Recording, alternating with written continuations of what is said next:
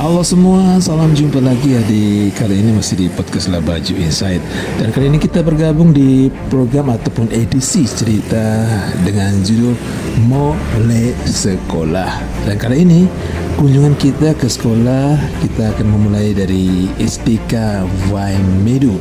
Dan bagaimana keseruan obrolan kita di edisi kali ini, saksikan terus ya bersama dengan kami, saya Enosa dan juga Email Pereira yang akan berbicara bersama dengan Kepala Sekolah SDK Waimedu. Selamat menyaksikan.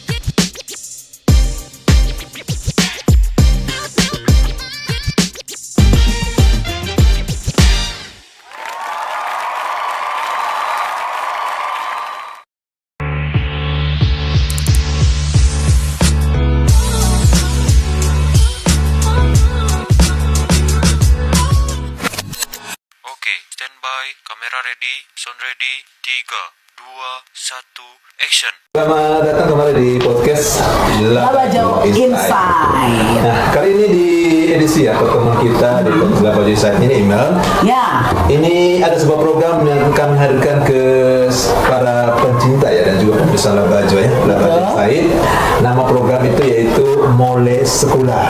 Oh, Mulai Sekolah. Kita akan mengunjungi sekolah-sekolah yang ada di area Labuan Bajo sekitarnya ya.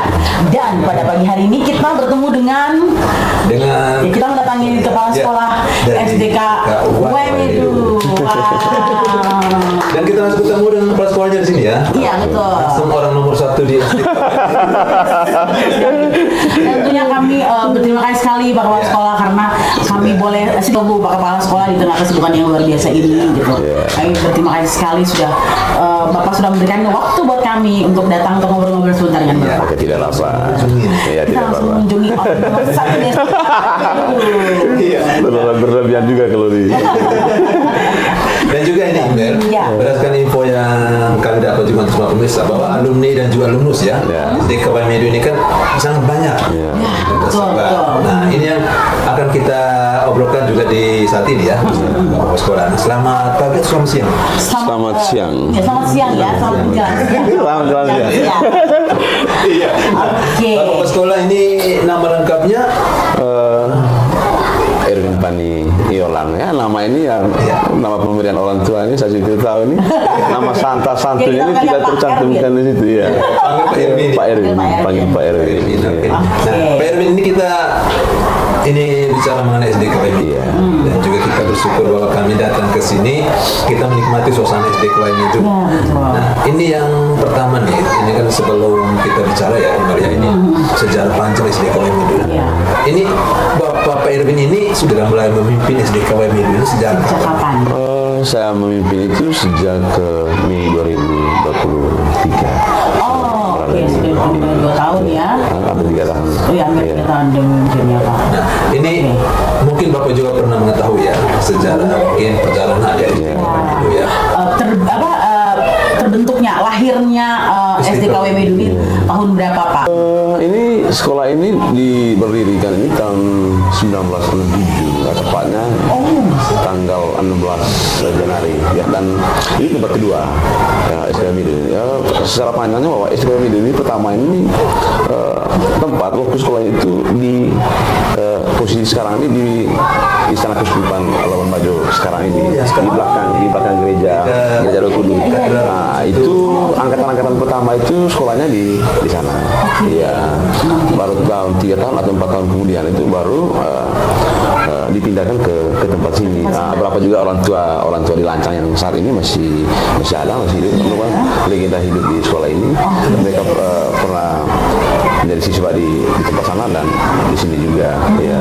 Jadi pindah sini tahun sekitar 3 tahun, ya 3 tahun kemudian ya. Mungkin 70 Ya, kayaknya baru pindah ke tempat sini. Sempat cerita banyak. Terus kok Pak Mido ini sebentar dari sekitar sini kan namanya kan Pak Baso. Nah, Pak ini kan ini orang kasih nama tempat itu kan berarti identik bahwa daerah itu tersebut berkaitan dengan lokasi tersebut. Ketika ditelusuri bahwa Pak Mido itu ya itu di belakang gereja. Namanya ya, situ. Ya, sehingga bawa sampai ke sini. Ya, Jadi maksudnya namanya pindah. Nama Pak itu kan tidak mungkin dirubah lagi. Iya. Berarti nama ini tetap nama yang sama ya? Iya, nama yang sama. Yang awal bentuknya. Awal bentuk. 1967. 67. Yes. Nah, Bapak ini kalau mengenai ini jumlah juga ya Bapak ya, mengenai kegiatan yang dilakukan dari STKW Mido ini. Nah, ini kan ada begitu banyak ya murid-murid yang hari saat ini. Nah, ini mengenai murid nih, dari perkembangan dari tahun ke tahun. Ini naik terus atau? Ya, kalau kita dilihat dari sisi grafik, kalau kita buat grafik itu animonya semakin naik akhir-akhir ini. Tetapi saya bisa ceritakan sebelumnya bahwa sekolah ini kan dulunya ini kan sekolah-sekolah sekitaran itu tetanggaan yang paling terdekat kan Mata. Ketika kabupaten itu terbentuk ini kan muncul ini sekolah di sebelah Alisa Santa Yosefa, Batu Cermin, terus SDN Lancang, terus SK Familia. Awal-awal ketika sekolah ini kan belum ada sama sekali itu angka ribuan siswanya. Tapi ketika sekolah ini banyak bertebaran di Kota Maju, tetapi sekolah ini tetap eksis. Soal minat masyarakat terhadap sekolah ini, dan sampai saat ini masih pegang posisi pertama sebagai sekolah terbanyak jumlah siswanya se-Kabupaten Manggarai Barat. Kan dari begitu banyak sekolah Baju ini. Mido ini sekolah gratis katanya infonya ya Pak ya. Ini yang gratis maksudnya bagaimana nih? Untuk gratis tidak. Untuk gratis tidak karena ini kan sekolah swasta. Sekolah swasta ya tetap ada juga uang SPP-nya. Uang SPP, terus uang pramuka, pembangunannya sih tidak ada. Ya hanya SPP saja. Uang pramuka, terus tambah dengan iuran yayasan. Ini kan di bawah yayasan Kuskupan. Oh iya, itu tadi mau saya bertanya, di bawah yayasan mana ternyata yayasan Kuskupannya. Iya, baru berpindah tangan dari yayasan Sukma Kuskupan Ruteng. Satu Mei 2024 kemarin setelah terimanya.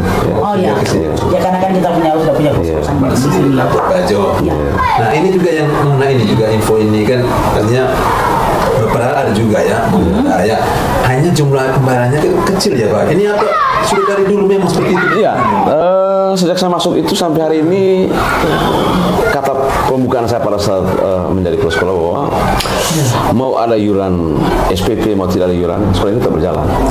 Sehingga sejak saya menjadi kepala sekolah ini belum ada upaya, belum sama sekali ada kenaikan uang SPP. Ketika saya masuk lebih dalam mengidentifikasi segala jenis kebutuhan dan sebagainya, ya memang mau tidak mau kita harus mendapatkan suntikan dana di luar dari dana BOS. Ini kan sekolah besar, tetapi sekolah besarnya diikuti dengan jumlah kebutuhannya juga besar, kebutuhan pegawainya juga harus banyak. Dan posisi saat ini yang mendominasi staf pengajar di sini adalah yang non ASN, non ASN, sehingga kita membutuhkan banyak uang untuk membiayai mereka. Terus dana bos saya kan dibatasi, kan anatominya kan jelas untuk belanja pegawainya sekian persen, belanja modalnya sekian persen, belanja barang dan jasanya sekian persen, sehingga untuk menutupi itu semua itu kita sumbangsi dari komite gitu. Tapi ada kategorinya, kategori 4, kategori 3 sampai kayak kategori 4 itu yang kalangan anggota DPR atau golongan 3 ke atas, itu kisaran 450.000 per tahun.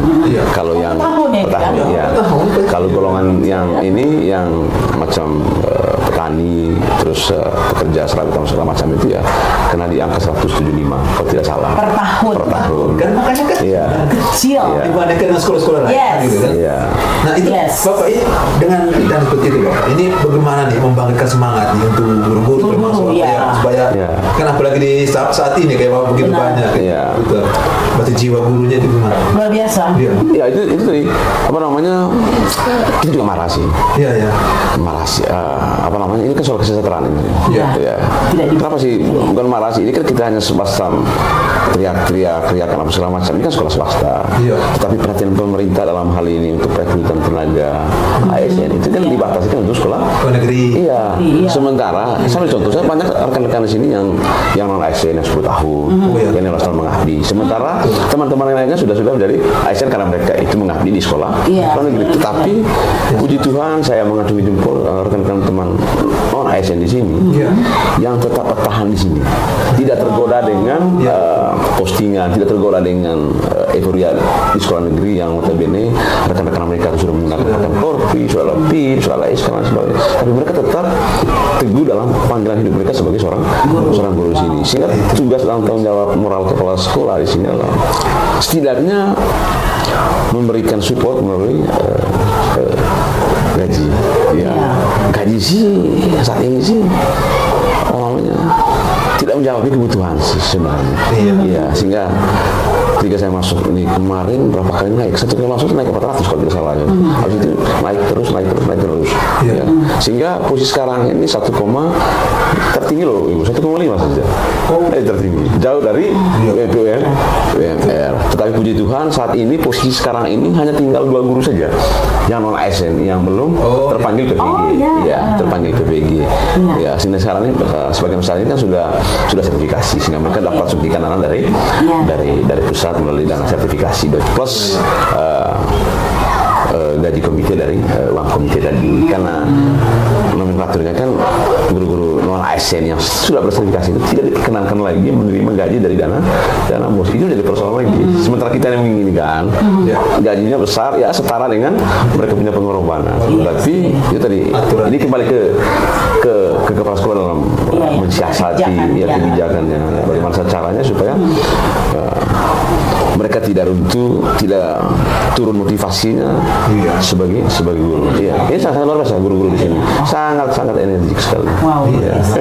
Itu ya. Iya, betul. Labuan Bajo ini. Iya. Ya, mereka Kebutuhan besar. Iya. jadi tetap aja mereka tetap semangat. kreatif. Mendidik anak-anaknya luar biasa. Karena memang terbukti bahwa bahwa murid yang datang ya kan datang kan naik terus nih. Iya, naik terus. Iya. Naik terus begitu banyak. Berarti menarik, sekolahnya menarik. Iya. Nah ini kan salah satunya juga ya, ini mungkin bagaimana nih dari Bapak Sekolah ya. Ini kan ada identitas di masyarakat kan. Bahwa sekolah Katolik ini kan kualitasnya sangat oke nih.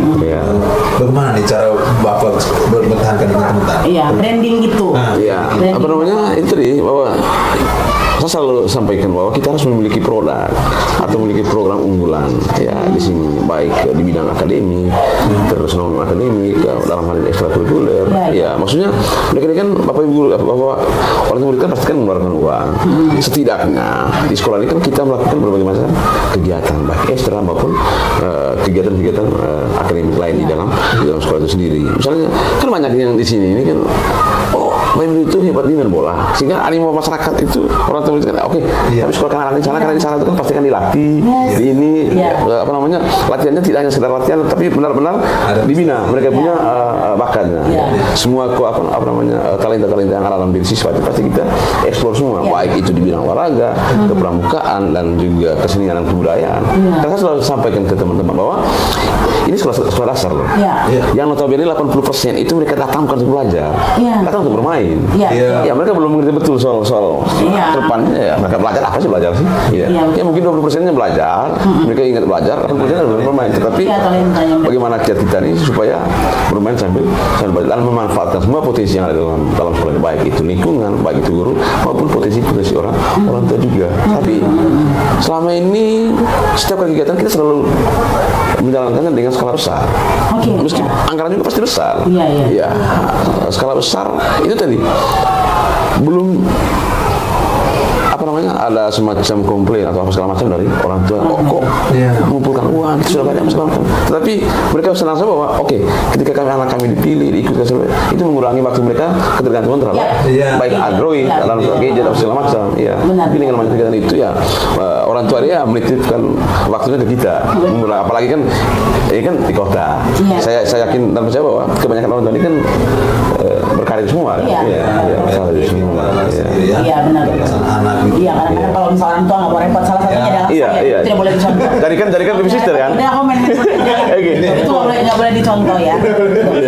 Tapi ini menarik sih. Maksudnya gini, tadi bapak kepala sekolah bilang bahwa 20%-nya mereka belajar, tapi sisanya memang mereka bermain sesuai dengan bakatnya mereka. Dan itu kurikulum yang keren loh kalau menurut saya gitu. Karena emang jujur aja kayaknya tidak semua sekolah seperti itu deh Pak. Iya. Karena banyak yang juga tekanan ya. Iya, banyak tekanan Pak. Banyak tekanan, mereka harus belajar gitu. Sampai anak-anak juga dia kadang-kadang mengabaikan bakatnya mereka bosan. Mereka terlalu fokus di bidang akademik. Lalu berikutnya ini lalu guru-guru nih. Berarti bagaimana nih cara Bapak pas sekolah kan? Artinya kan dengan pola yang kebijakan yang Bapak mau ambil ya, bahwa harus ada pendampingan untuk bakat. Nah ini bagaimana untuk guru-gurunya? Ini kan setiap tahun kita melakukan rapat evaluasi awal, akhir evaluasi. Kan kita ini kan persoalan tugas tambahan saja kan. Iya. Pasti selain guru menjadi wali kelas atau mengambil pelajaran, pasti mereka ada tugas tambahan lain. Ya, baik sebagai wali kelas itu kan tugas tugas utamanya di dalam kelas, bidang akademik mengajar. Tapi ada tugas tambahan lain. Baik misalnya seksi kurikulum. Seksi kurikulum yang mengatur soal bagaimana soal materi yang harus diajarkan di sekolah ini. Kita include-nya berapa persen sih dari kurikulum nasional. Terus kita support dengan kurikulum lokal mungkin begitu. Terus kesiswaan itu menangani siswa. Ada UKS dari situ juga, ada dokter kecilnya, terus ada seksi kerohanian. Buat program. Program itu adalah program mencirikan khusus sekolah ini. Misalnya di sini Quran saya contoh ada doa Koronka atau apa bulan kita suci, mereka ada kegiatan bermasmur, kita suci dan lain sebagainya. Terus ada seksi ke olahraga, pramuka semua. Dan semua itu bergerak ini. Dan biasanya saya kan buat programnya. Terus laksanakan, yang tidak laksanakan pasti tidak akan support secara finansial. Yang laksanakan kita pasti support secara finansial. Jujur, ini kegiatan-kegiatan ini tidak menghasilkan uang bagi sekolah. Saya contoh ODSN, pramuka, itu pasti mengeluarkan uang. Itu di atas angka jutaan. Tidak menghasilkan uang bagi sekolah. Justru menghabiskan uang dari sekolah. Poin yang kita dapat itu bukan hanya piagam saja, tetapi adalah yang kita inginkan adalah ada perubahan karakter dalam diri siswa. Itu saja. Karakter saja. Ketika menghadapi seperti itu, makanya kan ada begitu banyak nih. Ini bagaimana nih cara strategi nih Bapak dan guru-guru? Kita mengatur. Yang passionnya di pramuka siapa? Yang suka pramuka. Latihan. Buat ini program segala macam. Yang passionnya olahraga bukan hanya sekedar kita mengambil tugas sebagai bukti administrasi. Kita tidak jalan. Saya kan kami juga ikut bergabung kan. Saya kan tidak pernah. Saya selalu sampaikan di sini tidak ada kerjasama. Susah sama kerja. Ketika ada program pasti saya masuk ikut menimba di sana. Bagian tak terpisahkan dari kegiatan tersebut. Dan semuanya berdasarkan passion. Yang suka nyanyi, yang hobi menyanyi, segala macam. Di kesenian, dengan kebudayaan. Itu banyak piagam yang terdapatkan dari kegiatan. Bahkan sampai Jakarta, ikut kegiatan hal-hal seperti itu. Itu karena gurunya punya passion seperti itu, diarahkan seperti itu, terus ditularkan ke siswa. Bisa sangat-sangat luar biasa. Meskipun jujur, memang peran orang tua juga di sini sangat luar biasa. Desain pakaian. Pakaian ini kan mahal kan kakak. Untuk perlengkapan aksesoris alat itu mahal. Terus olahraga, pasti kan mereka kan butuh sepatu. Terus bahkan kita juga, ini potensinya di badminton. Pak, Bapak atau Ibu tolong arahkan anaknya ke klub. Kami tidak punya fasilitas atau juga tidak punya kemampuan untuk melatih mereka. Arahkan ke klub. Tapi pas saat pertandingan nanti orang sekolah loh. Berarti ini kan ada kerjasama yang baik. Tapi yang bangganya bukan orang tua, justru di sekolah, karena kegiatan ini kan baru bisa muncul kan misalnya ada kegiatan ODSN atau program-program kan bawa nama sekolah. Justru yang melatih mengeluarkan uang banyak itu justru orang tua. Dan ini yang kami sangat berterima kasih terhadap support dari orang tua. Nah ini support orang tua nih. Ini kan dulu juga kita rasakan Betul. Apa ya BP3. BP3, iya. Bang Pom, segala macam, kayak grup Pom dulu, ya. Untuk memilih sendiri nih Bapak, ini orang tua nih. Iya. Apakah mungkin ada pertemuan seperti itu? Atau mungkin ada sharingnya bagaimana? Iya. Sistem Evaluasinya bagaimana? Ya, ada evaluasi internal dengan komite dewan pendidikan, ada juga evaluasi rapat awal tahun dengan orang tua murid juga. Ya, wajib. Ya, tapi selama ini kan rapat-rapat yang banyak di sini kan pelaku pendidikan juga. Ya.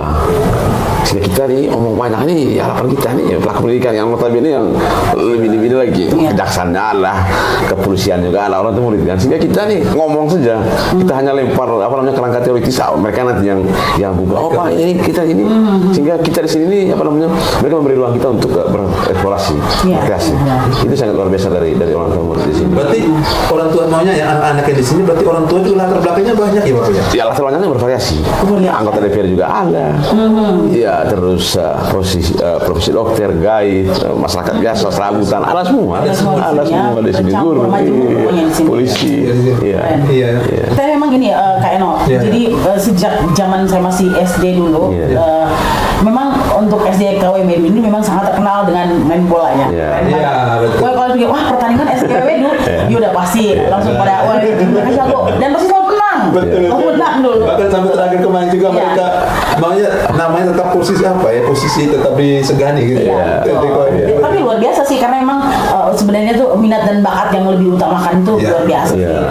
Nah, ini Bapak lalu mengenai ini kan tadi kan juga nih tadi Imbal kan ini kan dananya dengan segitunya ya. Perjuangannya dengan seadanya. Fasilitas nih Bapak ini untuk di SD KWM itu. Fasilitas ini saya sampaikan jujur 50% tidak memenuhi. Iya. Oke. Iya. Dalam hal ini soal gedung, segala macam layout, segala macam ya kita pelan-pelan. Ya. Terus itu tadi Bapak Ibu di sini saya sampaikan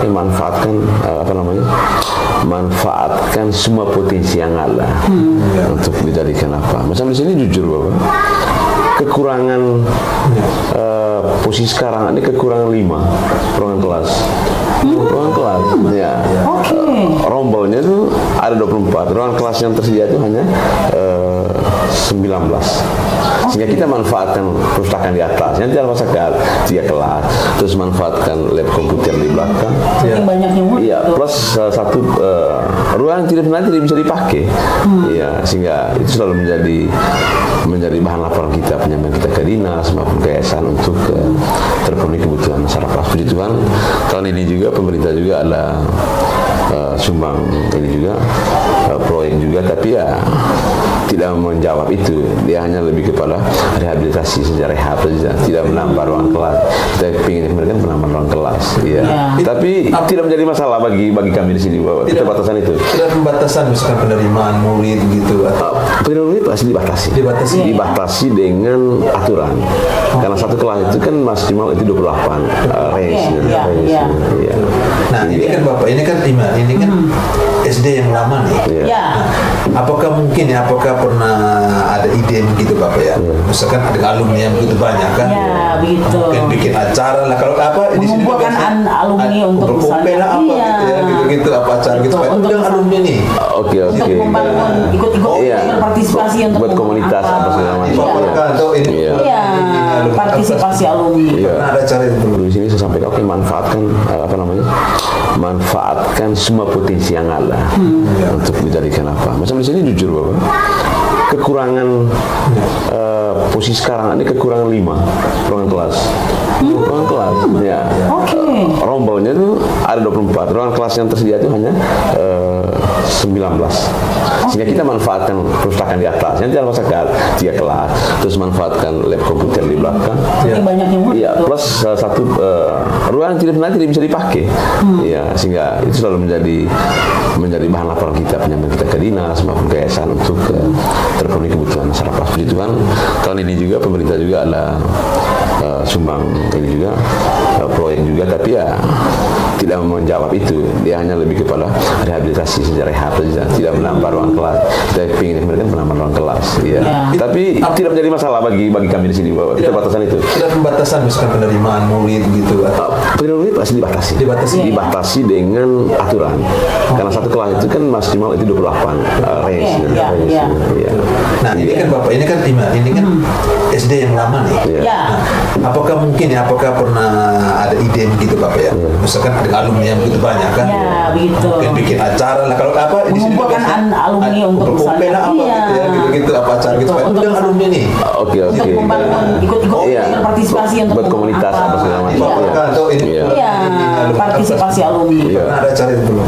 Itu sudah. Itu sebelum saya masuk di sini, waktu acara ini 50 tahun pesta emas ini sekolah ini. Sebelum saya masuk, saya tidak tahu waktu itu.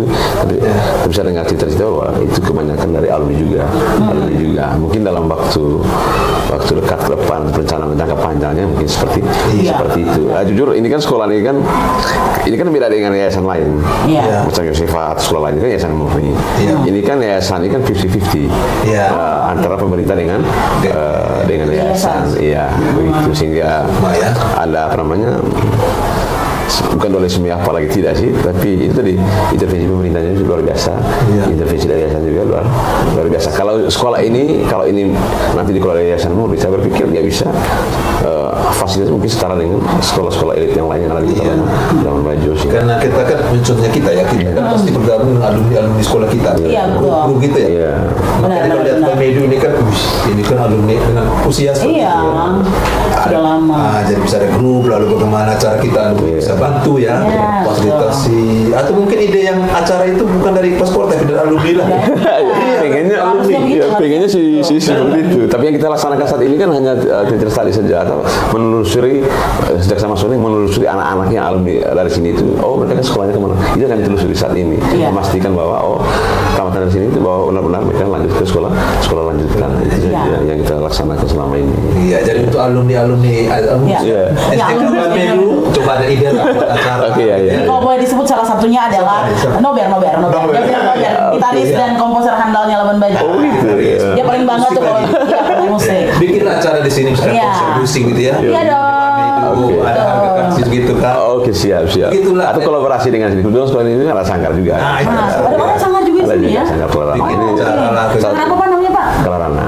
Saya tadi panggil salah satu gurunya tadi untuk lebih giat lagi kegiatan keseniannya lagi dari itu alumni tugasnya. Termasuk juga Romo kami punya Romo Ketua Yayasan sekarang. Dia alumni juga. Romo Ivan.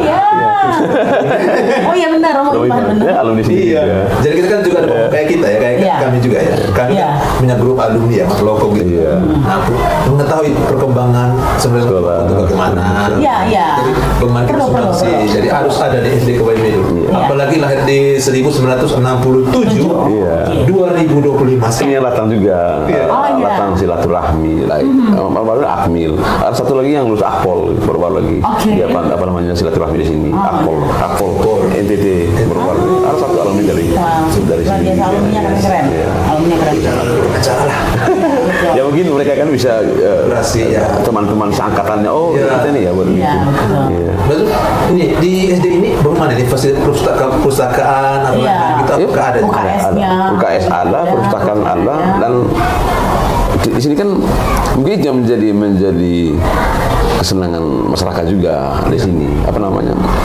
Ini kan banyak juga kan guru-guru senior yang kemampuan pedagogiknya zaman SPG itu sangat luar biasa dalam masih diterapkan pasti. Bagaimana tulis huruf tegak bersambung, huruf mirip, cara membaca ini dan sebagainya. Dan mereka sangat telaten, dan itu saya lebih banyak fokus di kelas rendah. Karena saya bilang abaikan si kurikulum. Ngapain sih kita terlalu pakem dengan kurikulum? Pada prinsipnya anak itu bisa baca, bisa tulisan, bisa perhitung. Kalau 3 itu sudah masuk, misalnya di semester 1 kelas 1 loh. Pastikan anak itu sudah bisa baca suku kata, syukur kalau bisa baca kalimat. Anak tertentu dikelompokkan. Dikelompokkan. Ini kesehatan orang tua, ini ada penambahan waktu loh. Di sini kan gitu, ada penambahan waktu 15 menit. Anaknya papa ini kami ada penambahan waktu. Orang lain sudah pulang, kami ada bimbingan khusus dia. Ini tingkat kemampuan membacanya di level 1 dia hanya kenal huruf. Level 2 misalnya hanya kenal 10 kata. Jadi kita memberikan pendampingan secara khusus. Ya, sehingga anak itu masuk di kelas tinggi, masuk di fase terakhir kelas rendah, kelas 3 mau kirim siswa ke kelas 4 itu otomatis anak itu bisa membaca, menulis dan bisa berhitung. Kecuali anak berkebutuhan khusus. Itu yang menjadi pengecualian sekolah ini. Ya.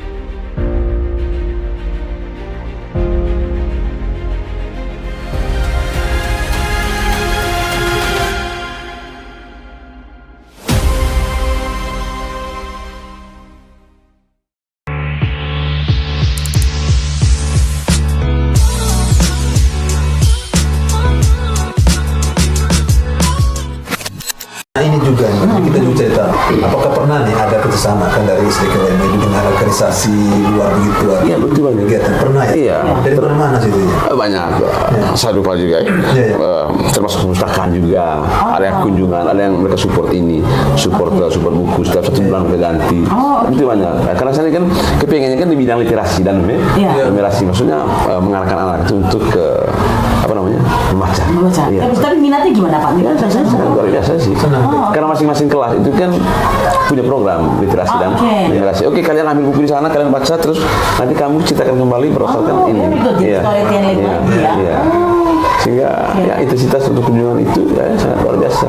Bahkan banyak juga sumbangsi dari sini. Ada CSR juga pernah. CSR di sekolah juga perbaikan terhadap ini perpustakaan, mereka juga ada semua buku, terus perbaikan perpustakaan juga.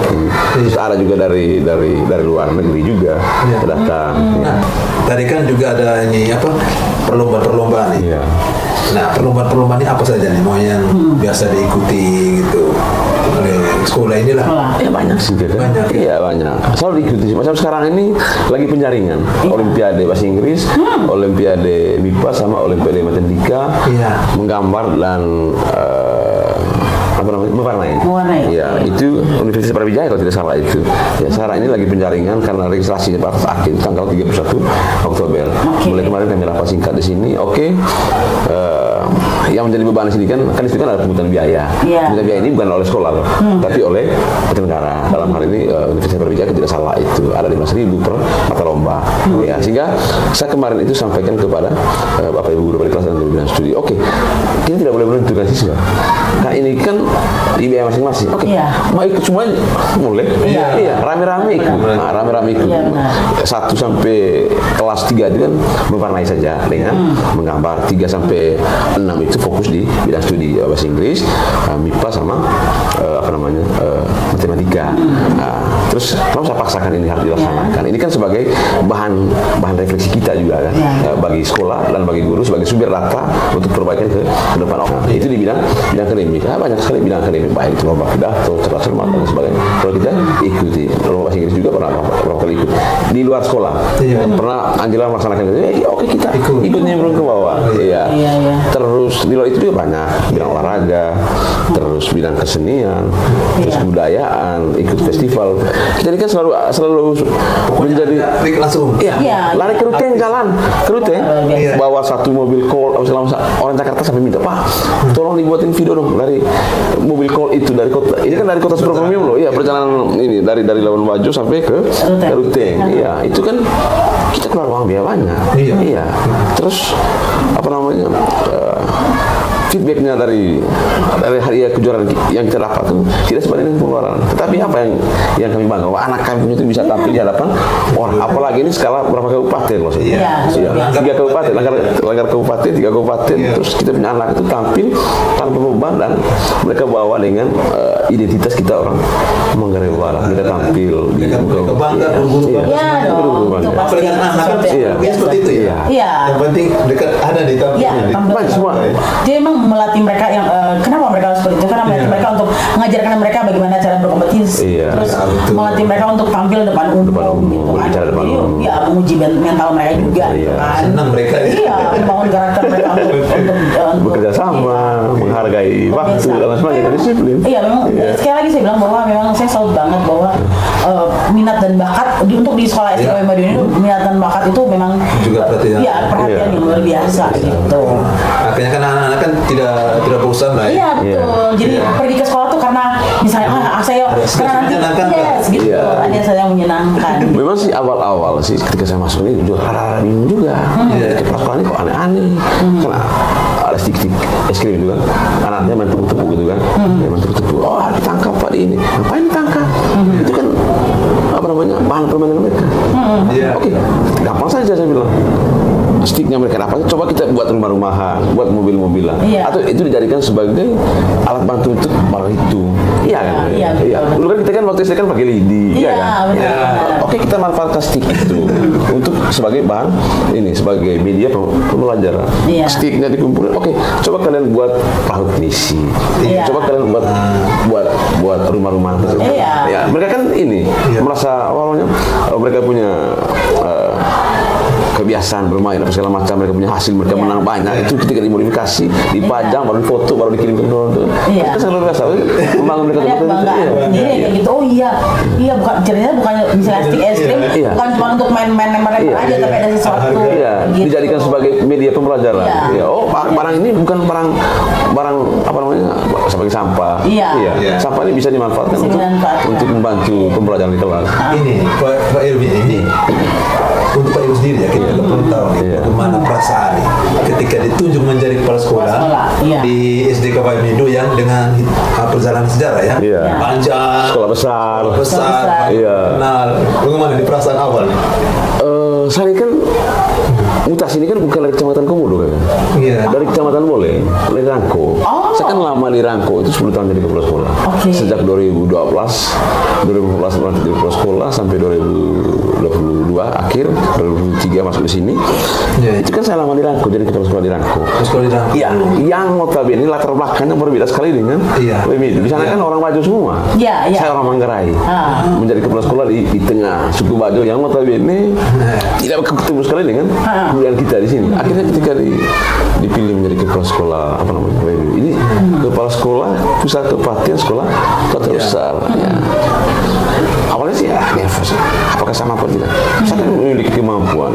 Saya berapa jumlah guru saya? Itu kan saya bisa manfaatkan semua potensi yang ada di sekolah. Oke, yang menjadi kekurangan saya itu bisa di-backup oleh Bapak Ibu, Ibu guru. Yang paling penting saya kan soal manajemen saja. Bagaimana kita mengelola apa namanya sumber daya yang ada di sekolah, di SDM Bapak Ibu guru yang ada di sini. Oh, mereka kuatnya situ. Oh, kita support saja. Oke, buat kegiatan support.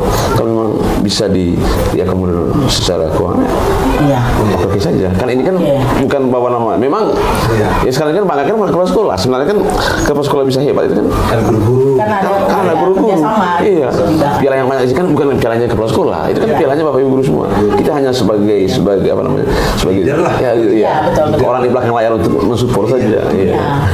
Jumlah guru di sini berapa nih? Total jumlah seluruhnya kan 36. Gurunya ada 32, tendiknya atau stafnya ada 4 termasuk saya juga.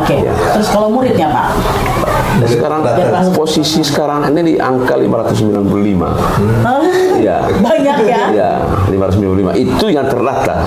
Belum yang saat ini belum ditarik dari Republik yang pindah masuk. Yang pindah masuk. Ya, 600-an lebih. Tugas untuk alumni kembali lagi. Butuh ruang kelas kelas ini. Butuh ruang kelas. Kita ada butuh kan 24 kelas. Tapi yang baru ada 19. Jadi please tugasnya alumni harus membangun sekolah ini gitu. Membuat SDK Bamidu tetap Lebih besar. Luar biasa, eksis bertahan. Di tengah dan juga kan ketika kita juga bangga sekolah kita. Iya betul sekali. Pesan yang mau disampaikan, silakan Bapak Di. Ya untuk alumni, saya yakin dan percaya bahwa banyak orang-orang hebat di Manggarai Barat, di NTT, bahkan di Jakarta juga yang notabene adalah alumni di sini. Yang mungkin selama ini tidak tersentuh secara pribadi dan lain sebagainya. Mungkin dengan lama sudah menjadi kota super premium dan sekolah ini masih bertahan, ya barangkali ya sisihkan waktu untuk datang untuk berkunjung saja dulu. Berkunjung, mengidentifikasi sekolah ini ya mungkin komunitas-komunitas alumni dari tahun berapa sampai tahun berapa saja mungkin barangkali bisa memberikan sesuatu sebagai motivasi bagi kami di sini, bagi guru, bagi orang tua dan juga bagi siswa yang ada di sekolah ini. Karena ya itu tadi generasi masa depan kan ada kita yang mungkin dengan muncul berseragam atau berprestasi, nanti kami harus pengen seperti itu. Ya, tidak selamanya mereka menyumbang dalam berupa barang atau tidak. Mereka datang dengan profesi hebatnya mereka, itu bisa memacu buat mereka. Menjadi motivasi bagi alumni, bagi siswa yang ada di sini. Nah, berikutnya nih untuk semua ini orang tua juga sekolah guru ya. Untuk orang tua ya saya sampaikan terima kasih sebesar-besarnya terhadap support terus terhadap kerjasama selama ini. Bahwa kami selama ini sangat terbantu dengan orang tua. Mereka sudah menyumbang melalui dana SPP, tapi mereka menyupport dengan permintaan kami. Untuk orang tua murid sangat luar biasa selama ini. Berikutnya guru. Ya. Dengan begitu banyak tantangan yang dihadapi. Iya. Apalagi selama ini kan mungkin viral dengan pernyataan apakah itu hoax atau tidak ya, pernyataan Ibu Menteri yang mau negara. Saya juga sempat ini buat ini. Untuk Bapak Ibu ya tetap setia terhadap panggilan yang ada. Sebagai seorang nabi, sebagai seorang guru, bahwa peradaban sebuah bangsa itu ditentukan oleh pendidikan. Bangsa yang hebat itu kalau pendidikannya hebat. Dan itu dibutuhkan oleh guru-guru yang hebat. Dan saya bersyukur dan terima kasih mengacungi jempol untuk semua guru non ASN yang ada di sini. Meskipun mereka dibatasi ruang gerak untuk bisa menjadi tenaga ASN baik P3 atau ASN murni, tetapi panggilan jiwa mereka sebagai seorang guru sekolah di sana sangat luar biasa, dan mereka tidak melihat itu memberikan yang terbaik terhadap sekolah. Mereka tetap luar biasa animo untuk memberikan terbaik di sekolah. Saya sangat luar biasa. Mungkin ini menjadi catatan kritis bagi yayasan juga, terus juga bagi pemerintahan daerah juga. Ini kan daerah otonomi. Barangkali mungkin ada kebijakan lokal bahwa guru-guru yang ada di sini itu mungkin tidak bisa menjadi ASN atau gajinya setara dengan ASN.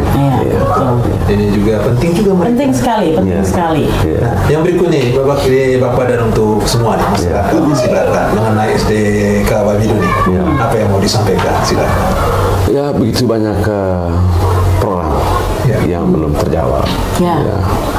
Begitu banyak kegiatan itu dari keterbatasan sumber daya juga, keterbatasan finansial juga, sehingga kita mengharapkan bahwa 3 pilar yang ada di dunia pendidikan ini, sekolah itu sendiri, siswa, orang tua murid, dunia pendidikan juga, bahwa jangan pernah berhenti untuk memberikan terbaik terhadap lembaga ini, baik dalam berupa sumbangsi pikiran, ide, kritikan juga menjadi harapan bagi sekolah kami sebagai bahan refleksi kami untuk memperbaiki hal-hal yang tidak menjadi favorit di sekolah ini. Kami sangat mengharapkan bahwa masyarakat tetap menjadi senter, tetap menjadi payung bagi sekolah ini.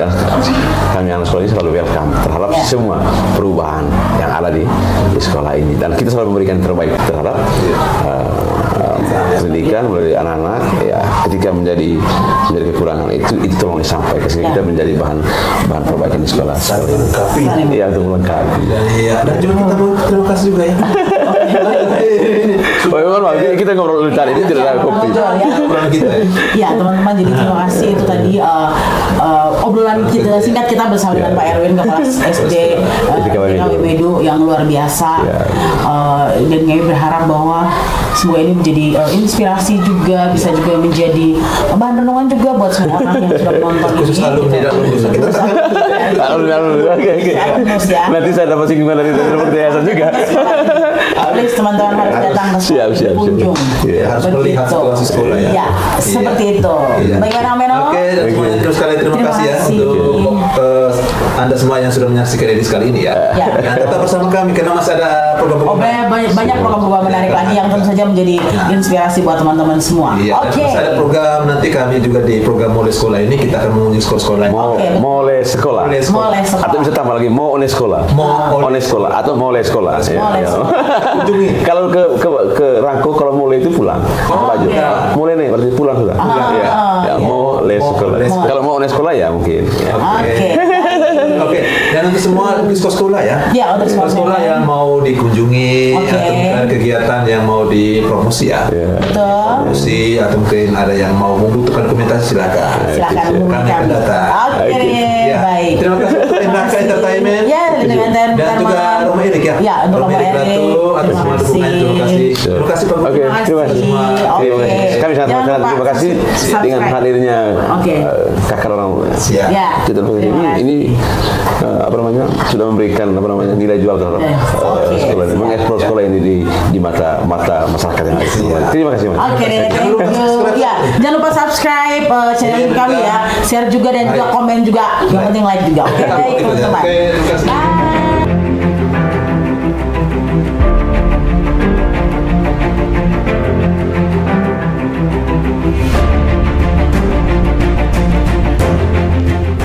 Terima kasih Anda telah menyaksikan Labajo Insight Podcast. Jangan lupa ya untuk kirim like-nya, lalu subscribe dan share dong ke semua orang. Dijamin semuanya sehat dan sukses selalu. Amin. Yaudah, bye-bye.